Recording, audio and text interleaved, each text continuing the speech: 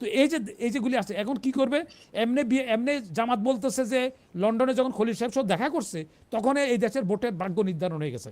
এখন এটা বিএনপি আবার এন্ডোর্স করলো, তারে এখানে মন্ত্রিত্ব দিয়া ওটা এন্ডোর্স করলো যে যে লন্ডনে যে গেছে সিভারভাইজার সহ, ওখানে ওদের মধ্যে একটা আন্ডারস্ট্যান্ডিং হয়েছে, তাদের লোক এখানে থাকবে প্রতিনিধি। এখন আমরা ইউনুস গেলে ইউনুসের ছায়া আমাদের থেকে গভর্নমেন্ট থেকে যায় নাই, ইউনুসের ছায়া ভর করে আছে এই গভর্নমেন্টের উপরে, প্রথম শত্রুতে এই করছে। এবং এরা তাদের টেনিউর তারা পুরা করতে পারবে না, তারা যেসব কাজ করতেছে। কারণ এখন যদি ধরা যাক এইসব সুতা নাতা ধরে অলরেডি 32টার মামলা করছে, 32টার সঠিক নির্বাচন হয় না, ভোট সহ ডকুমেন্ট সহ তারা মামলা করছে জামাত। এরপরে বিএনপির মধ্যে আপনার প্রায় 27টার মতো আছে ডুয়েল পাসপোর্ট আলা।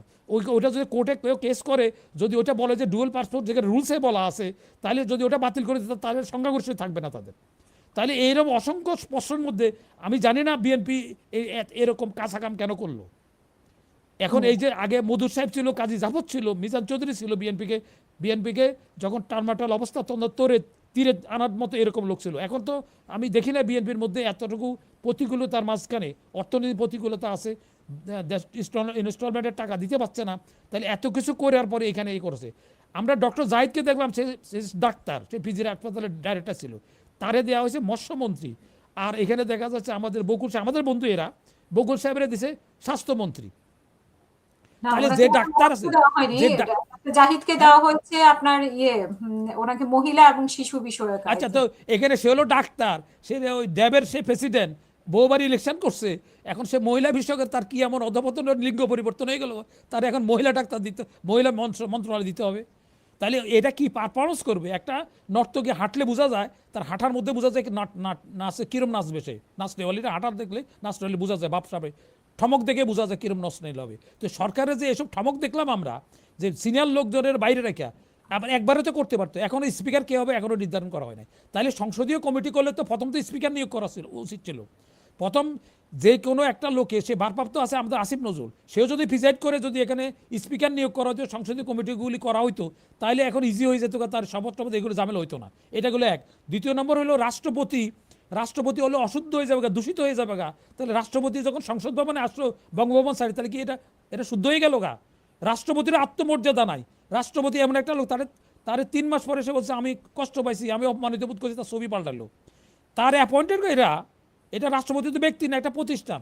আবার রাষ্ট্রপতি বঙ্গভবনে শপথ নিলে শপথ অশুদ্ধ হয়ে যাবে গা, আবার এর সংসদ ভবনে গেলে এই একই লোকে শপথ পড়াবে। তাহলে রাষ্ট্রপতি যদি আত্মমর্যাদা থাকতো, সে বলছে যে আমি একটা পাও তো আমি ওখানে যাবো না, তোমরা এখানে আসে শপথ নাও, নাহলে না নেবে। যেটা আমাদের ট্রেডিশন আছে, এখানে মন্ত্রীরা বঙ্গভবনে শপথ নিচ্ছে। তো এখন একটা জাতি এরকম যে এই অবস্থা হয়, তারপরে জাতিসংঘ এই যে অনুষ্ঠানটা পরিচালনা করলো, জাতিসংঘ বাজানো হয় নাই। তাহলে এটা তো এরা যারা পরিচালনা করছে, জাতিসংগীত বাদ দিয়া শপথ কি করে হইলো? আবার যখন কে যেন বলে দিচ্ছে না যে স্মরণে আসছে তাদের, তারপরে যখন ও শেষ হয়ে গেছে, তারপরে জাতিসংগীত বাজাচ্ছে। আমার একজন নাগরিক হিসেবে আমাকে লজ্জা, মাথা হেঁট হয়ে গেছে, কারণ এটা আন্তর্জাতিক সবাই দেখতেছে আমার এই সিরিমনির অনুষ্ঠানটা। তো এখন কি বলবো, কাকে বলবো? আমাদের কপালেরই দোষ, আমরা যার উপরে নির্ভর করি সে এই অবস্থা করে। আর এখানে যখনই কোনো ক্ষমতা আসে, সেটা মনে করে তার এটা লিমিটেড কোম্পানি। তো এখন আমার তারেক সাহেবকে আমরা বলবো, এই যে এখন পুলিশে, আগে কোহিনুরের জন্ম হয়েছে, হারুনের জন্ম হয়েছে, এখন আবার নতুন করে কিছু দেখা যায় পলিটিশিয়ানের বাসায় ডিউটি বাদ দিয়া, আইন শৃঙ্খলা বাদ দিয়া মন্ত্রীদের বাসায় ধরতেছে। আমি তারেক সাহেবের কাছে স্ট্যাটাস পাঠাচ্ছিলাম যে এখনই যদি এগুলি লাগাম টাইনে না ধরা হয়, তাহলে আবার কোহিনুরের জন্ম হবে, আবার হারুনের জন্ম হবে, আবার মনিরের জন্ম হবে।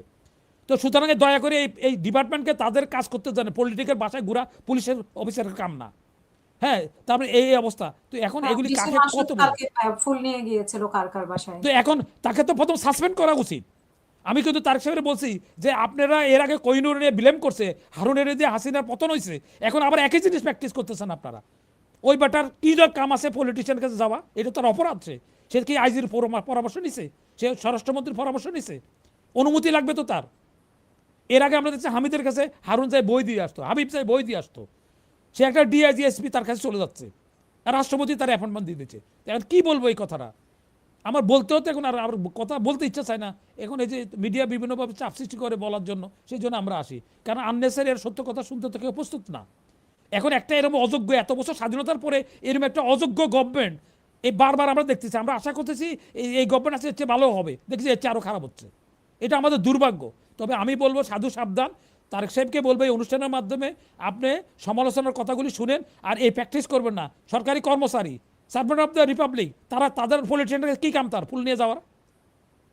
এটা তার অপরাধ হয়েছে, আইজির খবর নাই, আইজি আমাদের ওতের মধ্যে নাই, 3 বাহিনীর প্রধান নাই, এখন দেখা যাচ্ছে এটা এসপি লেভেলের লোক মন্ত্রী বাড়ি বাড়ি ঘুরতেছে।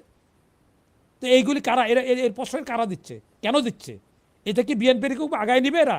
তাহলে তো কোহিনুর আর হারুনেই আগায় নিতে পারতো হাসিনাকে, পলাইতে হয়েছে তো এই পুলিশ অফিসারদের কারণে।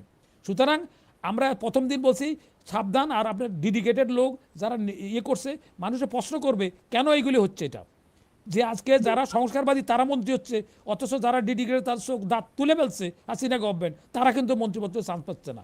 তো কেন হচ্ছে এটা?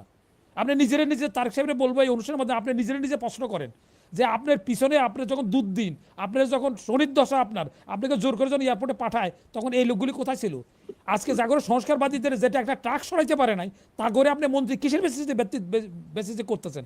যেটা আমরা ইউনুস গভর্নমেন্টকে বলছিলাম যে আপনি অ্যাডভাইজার নিয়োগ করবেন, কিসের ভিত্তিতে নিছেন এদেরকে? এনজিওগ্রাম নিছেন, এবং আপনি নিজেও সমালোচনা করছেন, আপনি এগুলি প্রশংসা করছেন। আজকে আপনি প্রথম দিনে আজকে এগুলি শুরু করছেন, আপনি এগুলি দয়া করে এগুলি করবেন না, তাহলে সেম ফেট আপনার জন্য অপেক্ষা করুন। ধন্যবাদ। অসংখ্য